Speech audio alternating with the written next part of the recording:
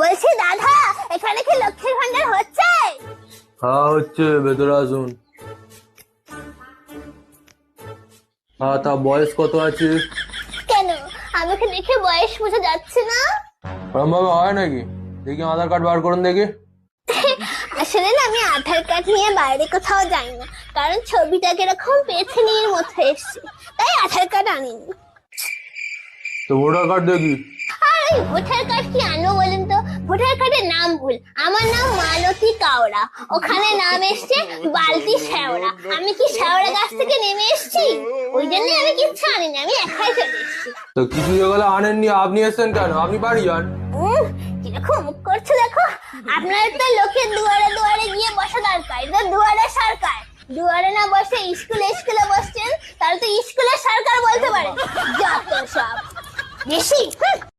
বলছি দাদা,